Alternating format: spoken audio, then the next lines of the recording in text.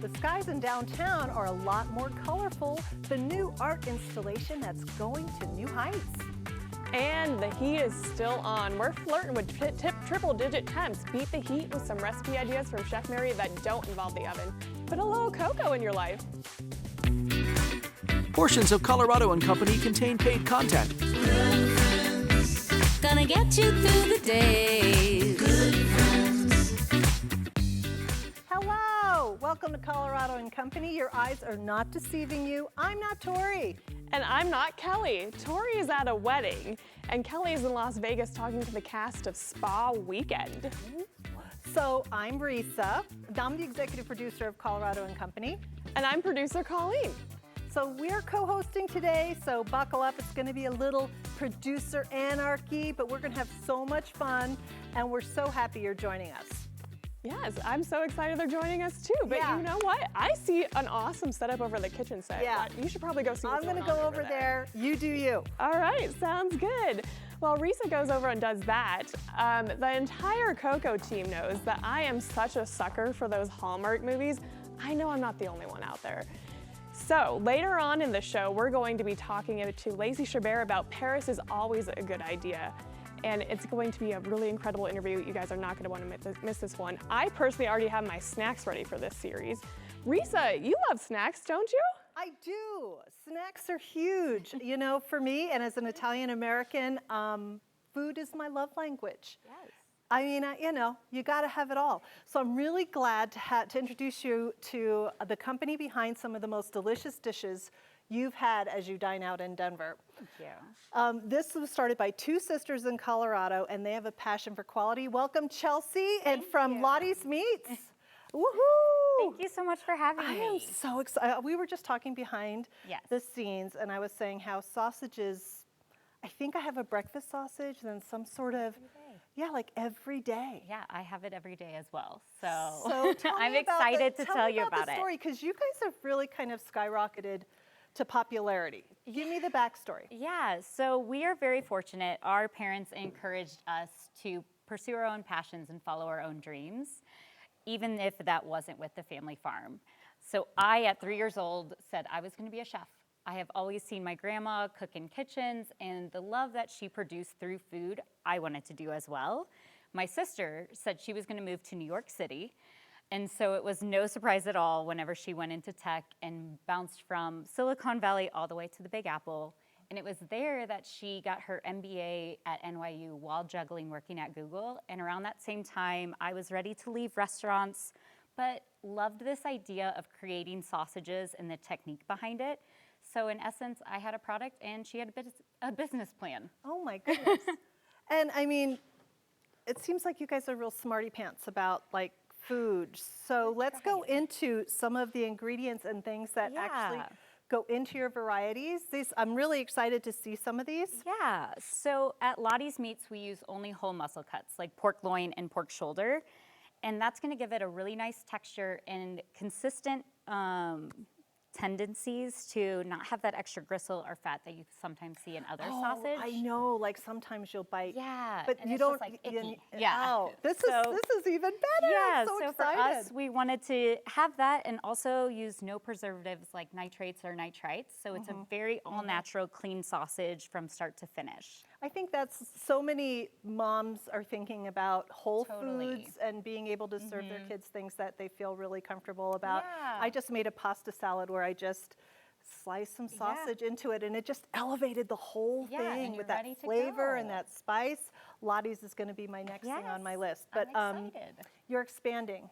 Yes. Tell me about that. I'm so excited. I can get you now. Instead of having to go to a restaurant where like you may be a provider for that restaurant, Correct. we can get Lottie's ourselves. Yeah, so really exciting news for us. A Target buyer reached out. I thought it was spam. Luckily, my sister has a better business sense than me. Hi, we watched it. You're like, yeah, right. I was like, fake. No, but it was yes. It was for real. So she followed up. They launched us in their northwestern region in April, and then they recently brought us to Colorado in July. So now you can find us at your local Target. It's so exciting. Target.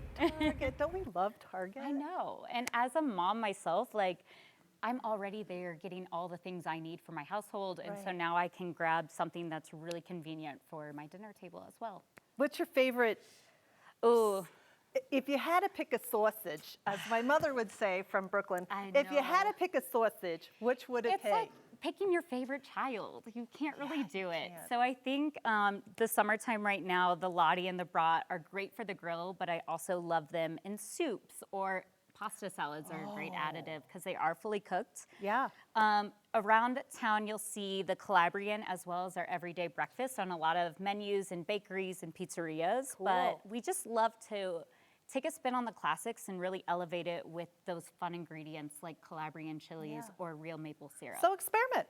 Go Yeah. to Target, pick up some Lotties, and try it at home. yeah, thank Yeah, you yeah. so So much. there's, it sounds like there's a club. I want to be in the club. How do I get in the club? So following us on Instagram, going to our website, subscribe. My sister writes really funny newsletters every month. Otherwise, yeah, we'll see you around town. And we're just excited. And there's a new baby. And They there have is a new baby. Now, I have a brother. Okay. I love my brother, Joe. We have a brother too. We just don't showcase him. Totally. But anyway, if I don't know how we would work together as a team. How are you guys? So I think we got all the kinks out when we were little, between co-owning lemonade stands, a failed Started bakery in elementary school, and then we were always fighting over who got the biggest bedroom. We really now understand each other's communication styles as well as our strengths and weaknesses. And now we get to not only run a business here in Colorado, but also raise our families together. That's awesome. Okay, well, you can get sister-owned Lottie's Meats at a Target near you. Get more information by going to lottiesmeats.com or find them on Instagram at Lottie's Meats. Okay, get this. Coco is the only Denver show invited to the premiere event for the hilarious new movie Spa Weekend. As I speak, Kelly is working on exclusive in-person interviews with Leslie Mann, Isla Fisher, Anna Faris, and Michelle Buteau. I think she's at the airport right now. Right, Colleen? Attention passengers. Attention passengers. This is your final boarding call for Spa Weekend. I'm off to Vegas to interview the entire cast, including my favorite Leslie Mann. So put your responsibilities in the overhead bin and let's go to Vegas. Oh my gosh, Kelly's gonna get the fuzzy robe and slippers kind of content you will only get here. That's next week. But back to today's show. Colleen, what's going on over there on the set? Thanks, Risa. That looks like so much fun.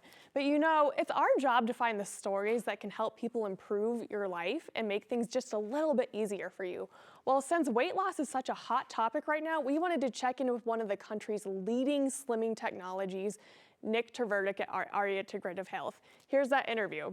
All right, everywhere I go, weight loss is the top of mind for a lot of people looking to feel better and improve their health. Not just to aesthetically do that, but to really help their A1C and all that. Oh, yeah.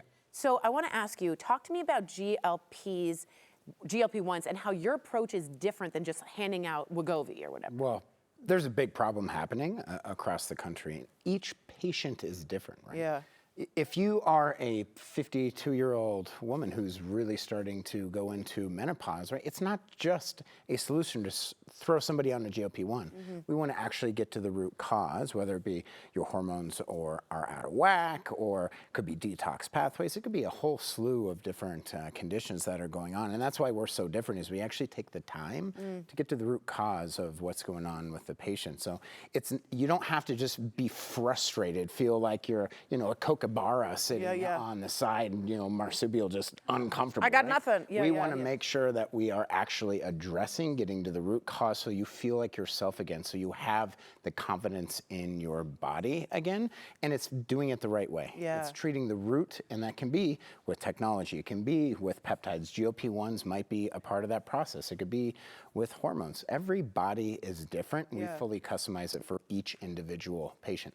We've been around for 15 years. We've treated 17 17,000 patients. Including me. Including you. Yeah. And the reason being is we actually care, and we actually want to take the time to put together the right plan for you. So if you need to lose 50 pounds, we got you, but we're going to do it healthfully. We're going to protect your muscle. We're not going to lose what is happening really across the country, which is a travesty, is people are losing their basometabolic rate because they're losing their lean mass, and that's the wrong way of doing it. Yeah, you don't want to lose the muscle. That's how our metabolism works. Yeah, the muscle mass. How much right? skeletal muscle mass you have is directly attributed to what your metabolism is. It's called your basometabolic rate. If you guys want to nerd out and Google what that is, no one talks about it. It's one of the most crucial pieces of your overall health. Protect it and actually build it at ARIA. Okay, so you can also improve just the appearance. Like if someone's like, I just want to look and feel better, that can also happen as well, correct? Of course, yeah. Okay. So let's say you're at your goal weight or within 15, 20 pounds, you're like, you know what, no matter what, I just have this spot on my body I cannot get rid of with diet or exercise. Or if, let's say you're looking back and you don't have a butt and it's completely flat because you did GLP-1s and you've lost it. We can rebuild your glutes. So we can do all different types of things, and specifically on the aesthetic side, but it's always going to be with health in mind. But we do more on the non-invasive body contouring than anybody in the state of Colorado. Okay, we're looking at something called M-Sculpt right now, and it goes on your stomach, or problem areas, is that right? Correct. Tell me what it's doing. So this is using a combination of two technologies simultaneously to achieve more permanent fat loss over a larger area than any other technology that's ever come out. So you have radio frequency heat, which we've known for about 45 years or so that heat kills fat. Right. We can now safely and effectively utilize radio frequency to heat your subcutaneous fat, so your soft, squishy fat, but then we're also warming up the muscle. But where all the magic is in this technology and all the patents is in a technology called HIFEM, stands for High Intensity Focused Electromagnets. It's a mouthful. Yeah. It's advanced magnet technology that's actually allowing us to cause something that is called a supramaximal muscle contraction. Whoa. So it's like contracting your muscle? Correct. Okay. On a level that you could never do. So the way your brain and your body works is if you can contract a muscle, it's causing right around a 30 to 40% muscle contraction. With this machine, we're forcing a 100% supramaximal muscle contraction 20,000 times in 30 minutes. So because of that, we are able to combine that with radio frequency, and we're seeing more permanent fat loss over a larger area with zero pain, zero downtime, and zero negative side effects. And we can treat all over the body. So we can treat the back of your arms. I was going to say the arm, the waggle waggle, the wiggle And this wiggle. drives so many women It's crazy. so annoying. And you're waving to someone and the whole other part of your arm's waving the other way. Yeah. Yeah, nobody wants that. All right, another technology you have, which I've heard a lot about, is Sculpture. Yes. Why do you have both M-Sculpt and Sculpture? What's the difference? They're two different animals for what they are. So what's so nice about ARIA is we have 25 different machines. So absolute best in class in every single category. So we can use the right technology for what you're trying to achieve. So You curate it the right way. curate, Yeah, fully yeah. curate. So let's say you're a menopausal woman like what we talked about earlier, and you have that pooch just below your umbilicus, Yes, right? yes. Sculpture's probably going to be the best option if we're just trying to permanently destroy that soft, squishy fat Yes, yes. in that area, as opposed to where if somebody has a small layer or even a medium-sized layer of fat over their abdomen, M-Sculpt, we can treat the entire abdomen I at see, the same I time. see. So it's different, but that's why we do complimentary initial consultations is we really have to assess and see what's going to be the right solution for what you're trying to accomplish, and then we fully customize it. And we do more of this than anybody in the state, but it's because we care why we see so much better results. Unbelievable. ARIA is offering Coco viewers up to 30% off select services today. If you want to explore a whole picture approach and the pain-free possibilities of M-Sculpt and Sculpture, give Nick and his team a call right now to book your free consultation. 303-953-2899. ARIA Integrative Health sponsored today's segment. Soak in the final days of summer by heading to downtown to check out some free art. In about 2 minutes, my conversation with the artist behind Skynet's over downtown.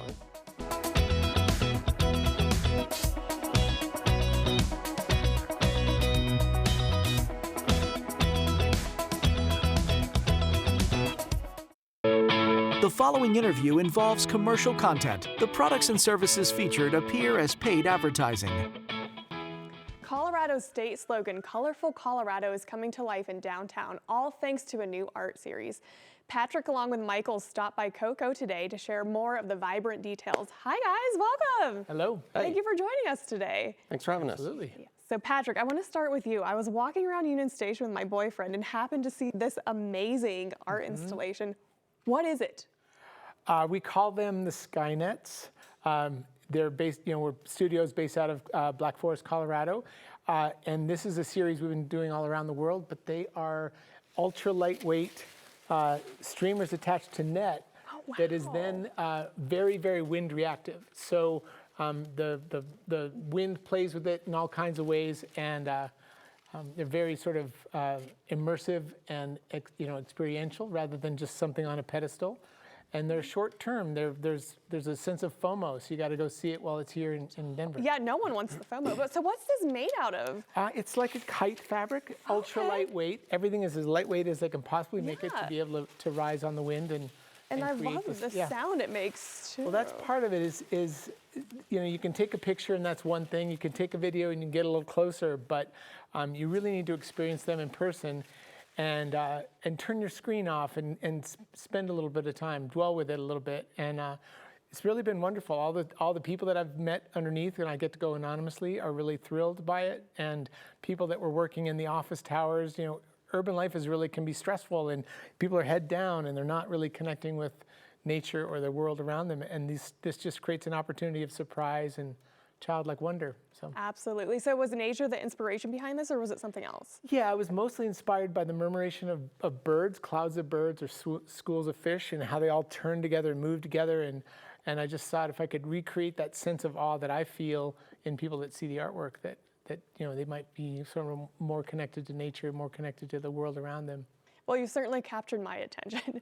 But Michael, I have to ask, so I mentioned I was at Union Station, but is that the only location these are at? No, there's actually 3. So the first one is located at over the fountain at Union Station, which is a really unique experience right over, you get the sound of the water and kids playing and the Skynet above. The second one is at Glenarm Plaza, which is where 16th Street meets Glenarm Street. And that's the block where the Denver Pavilions and the Paramount Theater are. And that one actually spans over 16th Street. So if you happen to be on the mall ride, you might drive right under it, which is a pretty unique experience in itself. And then the third, last but not least, is Skyline Park Block 3, which is located at 17th and Arapahoe. And it's really one of the few open areas in downtown that you can hang out. There's a dog park there. We've added lots of big, colorful chairs so you can hang out and enjoy the Skynet. Absolutely. So you mentioned driving through, but would you say the best way to experience this is getting out of the car and walking, or what would you say? What would you recommend? Well, the beauty is they're all uniquely their own experience. They all have different shapes, colors, sounds, and the space around them. And because, like Patrick said, they're so environmentally dependent, it just depends on the time of day. It could be in light. It could be in the morning, afternoon. So I really encourage people to go there multiple times, because it's never the same twice. No, I love that, because going back and getting to see something differently each time is so special, which brings me to my next question, Patrick. So you mentioned the childlike wonder, but what's the most unique thing you've heard someone describe this as, or what it spoke to them? The most unique thing, I think people are really, really surprised. If you have a sculpture that's sitting there, the first time you pass it, it's amazing, it's a sculpture, and that has certainly a place in the world, but like when you turn the corner and you see something like this that wasn't there the day before, it just shifts your whole reality. So I've had people come around the corner and initially they're shocked, and you see this kind of conflict where they want to giggle and laugh and be a child and run and play, but then they're all like, they're in a business suit or whatever. And I think the childlike play surrenders, that wins out. And it's really nice to see people like looking up and just experiencing it all.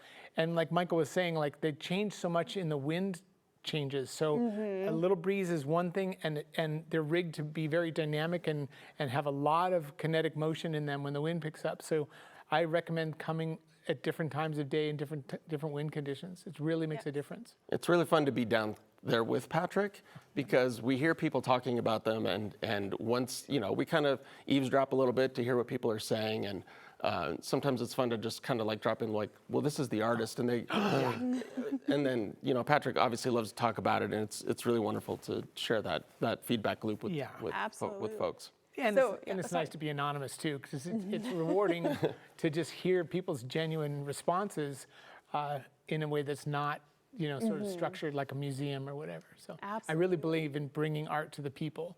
It should be democratized and enjoyed by everybody. Yes, it should be enjoyed by. So because of the FOMO, how long do we have to see these? Not forever. Okay. So they're not permanent. You do have a couple months yet. So we're looking at keeping these up at least through the month of October. But that'll be here before you know it. So I really, really encourage folks to get down there early, get there often, bring your friends, and experience it at different times of day. I love that so much because now we have different seasons to see it in too. But thank you both so much for being here. I really appreciate it. Thank you for having us. Yes, It's really of been a course. treat. Yes, it's been real fun. So you can take a stroll in Denver and check out Skynet's over downtown. The series that's at Denver Union Station, Glen Arm Plaza, and Skyline Park. Learn more at artsandvenuesdenver.com/Denver Skynets. Triple-digit temps? No, thank you. Tasty meals that require turning on the oven? No, don't require turning on the oven. Yes, please. Chef Mary shares her no-cook recipes right after the break.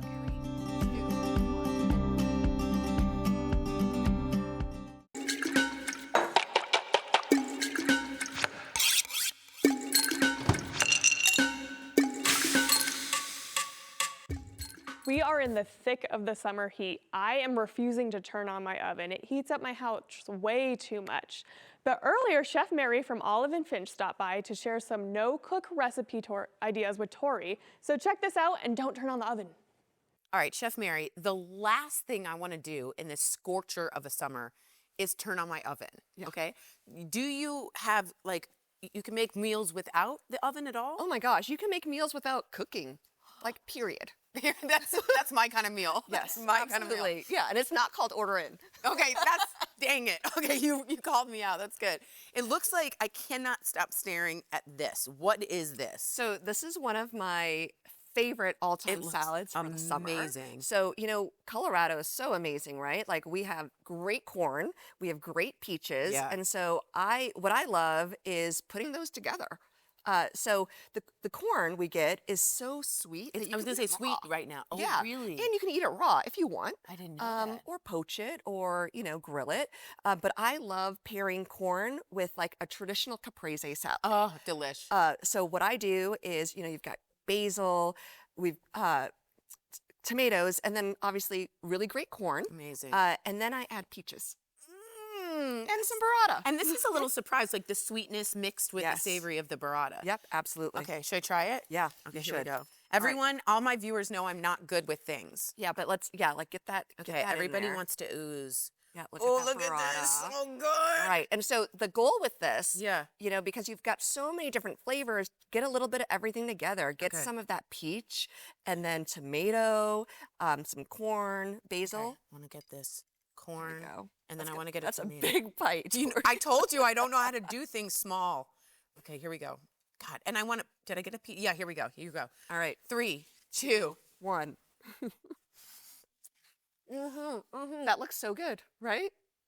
You eat it so well. That tastes like a beautiful summer in my Yeah. mouth. That is, I think, one of my favorite salads I've ever tasted. Oh, well, great. That's unbelievable. Okay. so good and so easy to make. And I like to keep it in those like big chunks. Yeah, so you can cut into them. Yeah. Oh, the peach and the aftertaste. Oh my God, y'all! I'm sorry you can't eat this. It's so good.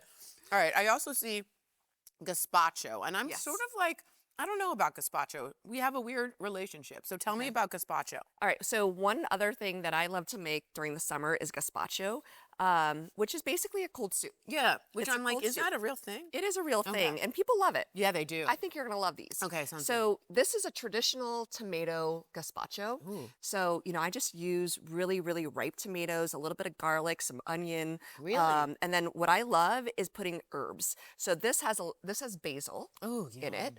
And then we've got a couple different ways of making gazpacho. This is a cucumber gazpacho. Oh, that's very refreshing. Yeah, so my cucumber. mother would have loved that. Yeah. And then I make, I add tomatillos to it, So basically, kind of like green tomatoes. Nice. So I add tomatillos to it, and it's a cucumber gazpacho, and then this is just a really nice yogurt. Oh, really? Yeah, I just do to like a brighten good it up. yogurt. Yeah. Yep. This guy's, you can make it home easily, right? Absolutely. Okay. Absolutely. And do you just like immersion blender it? No, so here's the thing. Gotcha. This is really important because it's got to be a Vitamix or a blender that you would make smoothies in. Got it, got it, So got it. don't use an immersion blender. Don't use like a Cuisinart. Yeah, the KitchenAid thing. Yeah, don't use that. You've got to use a blender to make Okay. it really, really like smooth. Okay. And then my favorite is this one, which is a watermelon gazpacho. Oh my God, I'm gonna 100% spill this. Yeah, and so I've got mint in there. And that's what I love about the summer Ooh, too, that is I've got aftertaste. these great herbs. Oh my word, that's delicious. Isn't that good? Yes, that's so good. Well, and I always buy watermelon whenever I'm at the store, and then my kids get sick of eating the same watermelon. Yeah. So I try to put it in salads. I do a watermelon feta salad, and then I make gazpacho. Yes. And they love it. I was gonna say kids would like this. Yeah, Okay, hold on. absolutely. Here we go. All right. Here we go. Everything's fine. There And we you want go. to try the others? Yeah. All Okay, right. let me see this. All right. If you want to, Oh my God. isn't that so good? So good. Especially with the yogurt, right? Yeah, that yogurt helps, but there's like a little bite to it too. Yeah.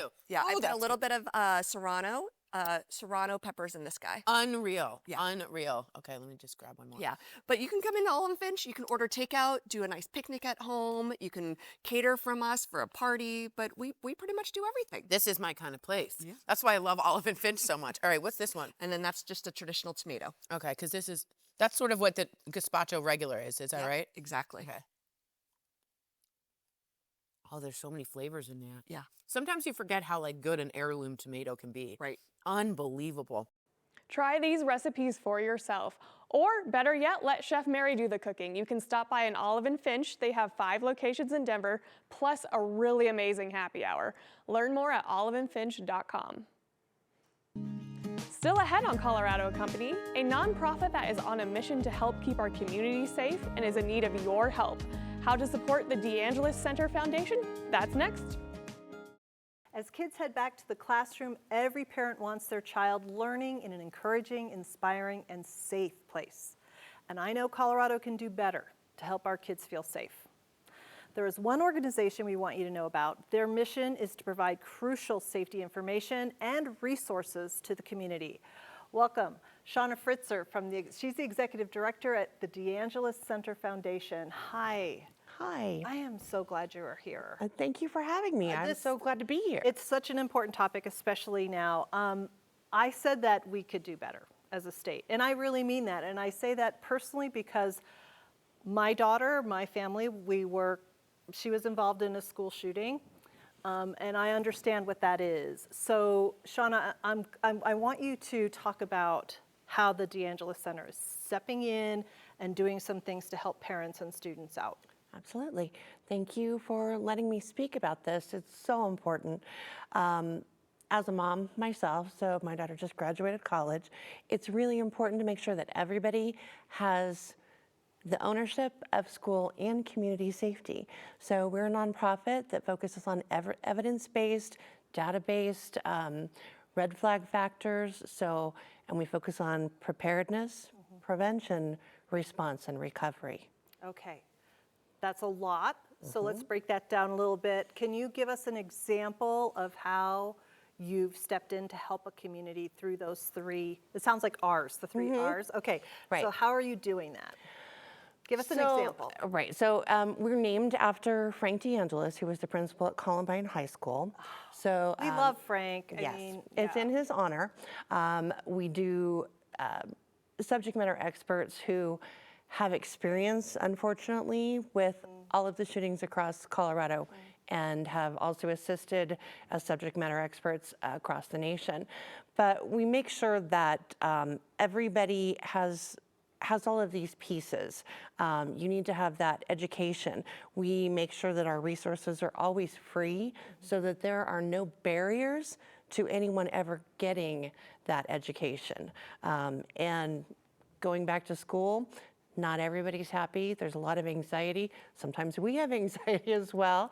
So we have coping skills, resources, breathing exercises from one of my favorite social workers ever, so that we can use as well. And I do use them myself. But that's great to do with your kids. In addition, you want to do those suicide prevention classes so we can learn those red flag factors and make sure that you're aware when someone needs assistance. We can prevent things before they happen, and we're prepared. Oh, wow. Okay. So this is really It's a lot. it is. It's tremendous. But you are also helping, not just in the classroom, not just when things happen, but like first responders. You're jumping in and assisting them. How so? So we have an old school building that was decommissioned in, I think it was 2011. And we have, it's a state-of-the-art facility. We've put all new equipment in there. You can kind of go on our website to look at that a little bit.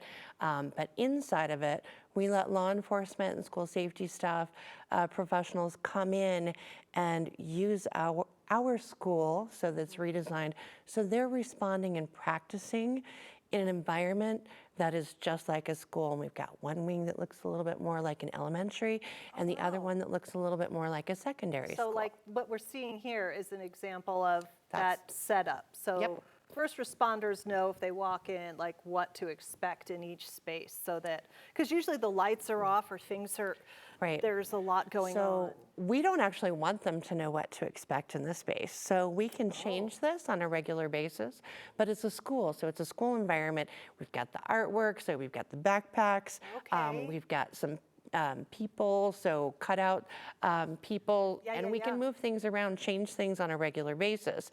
Of course, I have lots of other plans that I would like to be able to surprise them with, so we're always keeping them on their toes. We put them in that frame of mind so that they know you're in a school. So that's where our babies are. Yes. That's where our educators are. Yes. That's where our school staff is. So we want them to be in that mindset.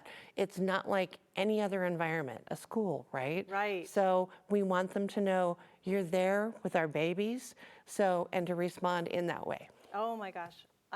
I'm moved by this, and I wish it existed when I needed it.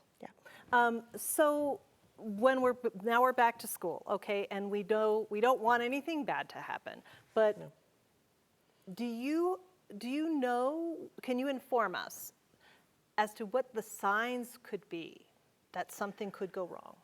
So anytime you have someone who has maybe an infatuation with past tragedies, Columbine comes up on a regular basis, we want to take that seriously.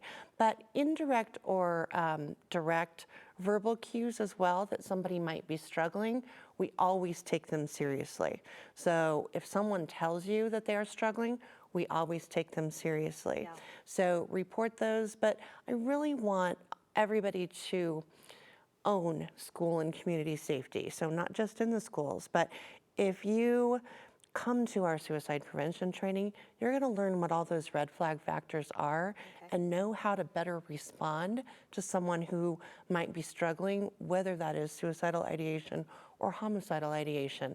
We know how to prevent this, and if we get the community working together, we really can back up those law enforcement partners and other first responders that have to come to a tragedy. But we really do want them to have this part of safety because we do need to be a part of it. Okay, so paying attention. You've got your 3 R's. The DeAngelis Center is prepared to help everybody with these things, but you need donations. We do. So let's get to that, everybody. We do. Yeah, let's see. Let's get you some money so we could do some things. Please. The DeAngelis Center Foundation provides resources for the community after a tragedy. They are there to help, and they can do so much with your donations. If you would like to go to donate, go to deangeliscenter.org/donate. We'll be right back. Thank you. Dans les faubourgs ou sur les avenues, aux heures où le soleil n'est plus. Dans ces artères, je sens bouillir mon sang, je m'abandonne sans retenue. Ivre de joie en dansant. Colleen, Yes. you know what's really good? Yeah, What's good idea. that? It's Paris. But not for love, just for the bread. You know, but for each his own, you know. Earlier, Kelly caught up with Lacey Chabert and Scott Michael Foster for their newest Hallmark Plus series, Paris is Always a Good Idea. Let's take a look. Okay, Lacey, I'm so excited to be talking to you because you are the queen of Hallmark. So I gotta know, what's the one ingredient that a perfect Hallmark movie has to have? Ooh. Oh my goodness. I mean, I think it's obviously falling in love. I think there has to be a beautiful, hopeful, whimsical, make you guess love story. That makes sense. I think so. I mean, everyone ends with a kiss, right? Yes. Right? A good love story and a good kiss. I love that. Yes. Okay, Scott, people talk about comfort food, but I really think Hallmark has kind of become comfort TV. Yeah. Why do you think we crave these stories so much? We've been talking about this a lot the last couple of days. I think people want to feel good at the end of the day, right? Like, especially in these times, like I think people more than ever want to feel happy, feel good. They want to have a happy ending. They want to see something they can relate to, like a good love story, a good kiss. You know, I think it's important for our soul to feel good, you know, and I think Hallmark is like, hey, well, we can give you that outlet, right? Yeah, sure, you can go get whatever entertainment you want, but you know when you go to Hallmark, you're gonna get that. Right, and you can kind of get that escape and release from the real world, you know, especially with what's going on right now. Right. Okay, Lacey, this movie makes Paris look so magical. So what's one thing you think our viewers would have to do if they were lucky enough to get to visit? Oh my goodness. I think going to the Eiffel Tower, as we do in the film, is obviously so special and a must do.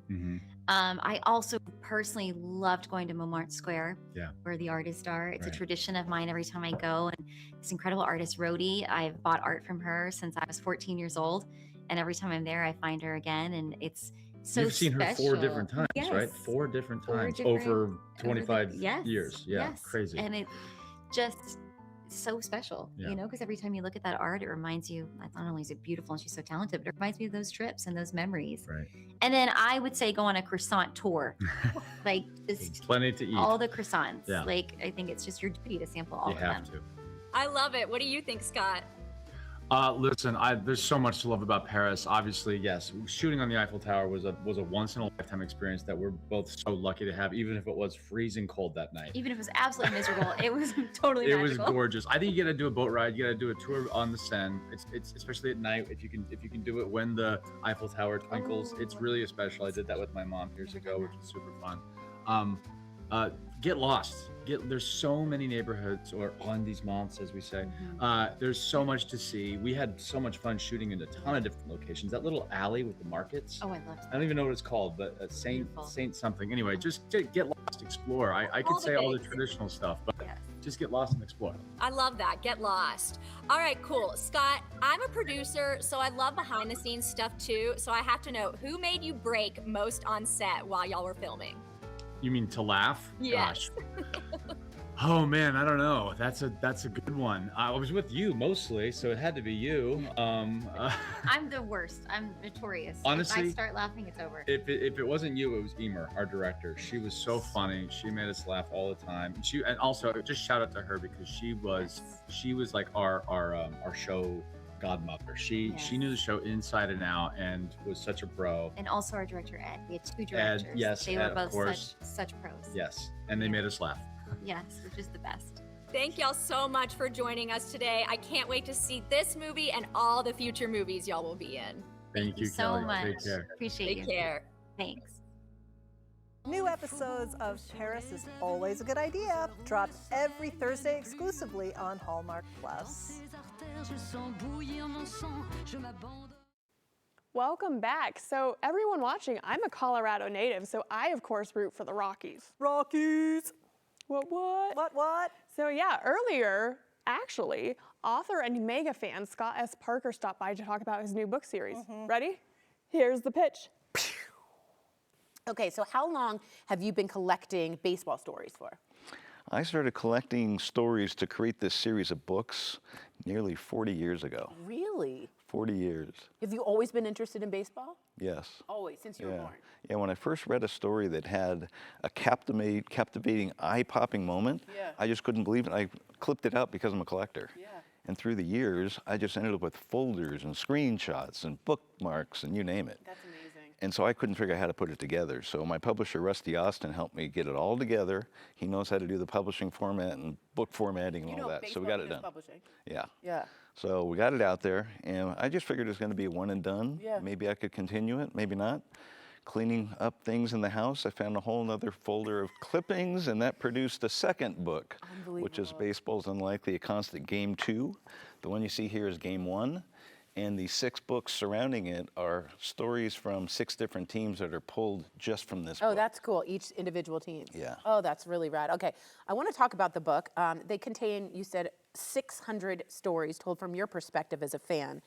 Talk to me about the golden era of baseball, being a baseball fan, and like what was sort of being the best thing in the world, that baseball golden era? Well, the golden era, you got to go back to the Yankees. I mean, they've won more World Series than anybody, and nobody's ever going to win that many ever again. Is that true? Ever. They won, what, 27 World Series? I'm an Angels fan. We got 1. Congratulations. Yeah. Local Rockies, they got 0. I know. You know? We're working on that. Wow. So that's what you collected. Okay. So what years were that? Like the... Well, I started collecting the stories in '93, but the stories go back to the beginning of time. Oh, wow. Okay. Because there's a section on the paper that called This Date in Baseball. And so it's got memories of things that go way back. And so every once in a while, I'd find something back in 1903 that's unbelievable, you know? It went for so long. Yeah, so everything's in there. Every team is covered. And the stories go back 140 years. Unbelievable. Okay. The books are laid out in a very unique way. Talk to me about that. They are. Instead of having chapters like a regular book, Yeah. I wanted the book to be fun, like baseball. Yeah. So the books start out the way a season does, spring training. And it's got a whole topic. When you read it, you'll figure out what that means. Then we go into pregame warm-up, totally different topic. We go into the scorecard, which you would, buy outside the stadium and then keep score inside, right? My grandpa used to do it. So the scorecard to me, actually my dad's wife kind of pointed this out before I published it. I said, hey, I want to test some stories with you guys. Is that cool? So I read some stories and they were just like, wow, I can't believe this. And then they would ask a question like, what's a cycle? I'm like, oh my God, I know that like it's, yesterday. Right. And so I'm like, I got to come up with a scorecard. So the scorecard is my glossary. Got it. I love this. Yeah. Is it like first base, second base? No, it's just the words, like this word means, this word means, And so then the whole book starts in the top of the first inning. That's amazing. And it's really cool because there's a line score, a graphic, I got parked right here. Oh my God. So you see the graphic says top of the first inning, and there's a little red diamond in the top of the first. Oh my gosh, And this is so much fun. And as you go through the book, you get to the bottom of the first inning, top of the second, etc. And you keep going. And there's even a 7th inning stretch. Is there? With really cool, wild stories that aren't game eye-popping moments. It could be the history of the helmet, the history of the uniform number, the history of the 7th inning stretch. Yes, I would So love very that. informative things. In Baltimore, we would do Take Me Home, Country Roads. I think that was the... Really? Yeah. Stretch it out. Okay. Did you write about, you said you wrote about all teams, not just one team. Is that correct? Oh yeah, every team is included somewhere. Almost every story is a very short read, probably 2 minutes. And most stories have 2 teams, sometimes 4, sometimes 6, depending on how the story plays out. And I realized, my publisher said, do you want pictures? I'm like, I hadn't even thought about that. And so I'm like, a lot of these stadiums are gone. It might be fun to do public domain and see these things that are gone. Like Shea Stadium. Yeah. And then I realized, oh my God, I brought my camera to 37 Major League ballparks. I'm going to go full credibility. All these are my pictures. Is that right? Yes. Every one of them. I borrowed a couple from a friend from New Yankee Stadium because I hadn't been there, and there's so many Yankee stories. Unbelievable. Get Scott S. Parker's book series, Baseball's Unlikely, a Constant, on Amazon or rustyaustin.com. Thanks for your company, Colorado. And thanks for watching Colorado's #1 rated longest running lifestyle show. Woo! Portions of today's program are sponsored by the businesses listed on your screen. Thanks for sticking with us. I know it was kind of, producer anarchy, but we hope you enjoyed the show. And if you want to see it again, you can stream it on the 9 News app at 2. 2, and then 3 p.m. on KTVD. All right, you ready? Yes. Bye!